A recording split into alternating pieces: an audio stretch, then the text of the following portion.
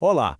Hoje a gente vai mergulhar numa mudança assim gigantesca que está acontecendo no mundo da inteligência artificial. A nossa base é o relatório O Estado de Dados mais IA da Databricks. E a grande mensagem é: a era da experimentação acabou. Agora, oficialmente, é hora de colocar a mão na massa. E para começar, vamos direto ao número que impressiona: 11 vezes. Esse foi o aumento massivo de modelos de IA que foram colocados em produção só no último ano. É bom parar para pensar um pouco nisso. Não é um crescimento de 10, 20%. É uma aceleração de mais de 1000%.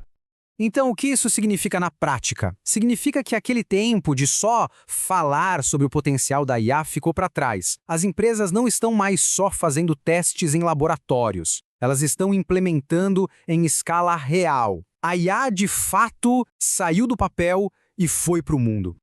E não é só uma questão de colocar mais modelos no ar. As empresas estão ficando incrivelmente melhores nisso. Esse número, 3 vezes, mostra o quanto elas se tornaram mais eficientes. Estão conseguindo fazer mais e com menos esforço. E aqui está o pulo do gato. Essa eficiência não é só uma melhoriazinha. É uma mudança fundamental na forma como os negócios funcionam. É uma combinação poderosa de escala e velocidade que está literalmente reescrevendo as regras do jogo em vários setores. Então, nosso primeiro grande tema é exatamente este: essa transição gigantesca da experimentação com IA para a produção em larga escala. É aqui que a teoria finalmente encontra a prática. Agora, este slide mostra exatamente como esse ganho de eficiência aconteceu. Olha só, no ano passado eram necessários, em média, 16 experimentos para cada modelo que ia para a produção. Hoje, esse número caiu para apenas 5. É um salto impressionante em produtividade e uma baita economia de tempo e recursos. Certo. Mas que tipo de IA está por trás de toda essa explosão? Se a gente olhar de perto, tem um protagonista bem claro: o processamento de linguagem natural, ou PLN. Esse gráfico aqui não deixa dúvida. Pensa bem, metade de todo o uso de bibliotecas especializadas em Machine Learning é dedicado ao PLN. É, sem discussão, a força dominante nesse campo. E o mais impressionante é que não há nenhum sinal de que isso vai diminuir. O crescimento do PLN está cada vez mais rápido, se tornando o verdadeiro motor que empurra todo o ecossistema de IA para a produção em massa. Isso nos leva ao ponto alto da nossa análise. Com a IA já em produção, a nova fronteira competitiva é a personalização. É pegar modelos genéricos e alimentá-los com dados próprios da empresa. É aqui que o jogo está sendo decidido. E essa é a pergunta de $1 milhão que toda empresa está se fazendo agora. Como pegar um modelo de prateleira e fazer com que ele entenda profundamente sobre os seus clientes, seus produtos, suas operações? A resposta tem nome. É uma técnica chamada Geração Aumentada por Recuperação, ou RAG. A melhor forma de entender é pensar num teste com consulta para IA. Em vez de depender só da memória, o modelo pode consultar os dados privados da empresa na hora para dar respostas muito, mas muito mais precisas. O processo é super simples e elegante. Alguém faz uma pergunta, o sistema busca os documentos internos mais importantes sobre aquele assunto, anexa essas informações ao prompt e aí sim o LLM usa todo esse contexto para dar uma resposta precisa e específica para aquele negócio. E aqui está a prova de que essa revolução do RAG não é só conversa. Um crescimento de 377%. É um número assim absurdo que mostra uma adoção em massa e uma virada de chave no mercado.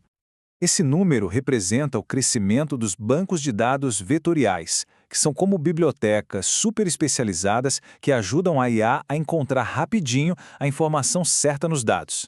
Essa explosão na tecnologia que dá suporte a tudo isso é a prova final de que as empresas estão numa verdadeira corrida para personalizar a IA. Ok, então como essa personalização toda está sendo feita? Vamos dar uma olhada nas ferramentas que estão por trás dessa revolução. E aqui a gente descobre uma preferência assim, esmagadora por modelos de código aberto. O gráfico mostra isso claramente. Mais de 3/4 das empresas estão escolhendo a flexibilidade e o controle que os modelos de código aberto oferecem, muitas vezes combinando com modelos proprietários para ter o melhor dos dois mundos. E esse universo de código aberto é super dinâmico. Um bom exemplo é o Llama 3, da Meta. Em apenas 4 semanas, ele abocanhou quase 40% de todo o uso de LLMs de código aberto. A inovação ali Acontece numa velocidade impressionante. Uma tendência importante aqui é que maior nem sempre quer dizer melhor. 77% dos usuários estão escolhendo modelos menores, com menos de 13 bilhões de parâmetros. Parâmetros são como os neurônios do cérebro da IA. E por que isso? Porque modelos menores são mais baratos e mais rápidos, uma vantagem fundamental que o ecossistema de código aberto oferece. Agora, vamos para a parte talvez mais surpreendente dessa história. Quem é que está na liderança dessa revolução? Não são as startups de tecnologia, mas sim indústrias super regulamentadas. Pois é, essa é uma descoberta que vai contra o senso comum. A gente geralmente pensa que essas indústrias são mais cautelosas, mais lentas para adotar novas tecnologias, mas os dados estão mostrando o contrário. E os dados não mentem. Este gráfico mostra o uso médio de GPUs, que são as placas de processamento gráfico, os músculos da IA, por setor. E de forma surpreendente, o setor de serviços financeiros está liderando com folga. Para se ter uma ideia da escala, o setor financeiro aumentou o uso de GPUs em 88% em apenas 6 meses.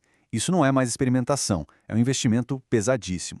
Eles estão usando IA para tarefas críticas, como detecção de fraude e gestão de patrimônio, onde precisão e velocidade podem valer milhões. E com isso, chegamos à principal conclusão. A corrida não é mais sobre ter IA, mas sobre ter a IA mais inteligente, aquela alimentada pelos melhores dados. Isso nos deixa com uma pergunta para reflexão. No mundo onde a IA é cada vez mais personalizada, o que acontece com as empresas cujos dados não estão prontos para essa nova realidade? Essa é a questão que vai definir os vencedores e perdedores da próxima década.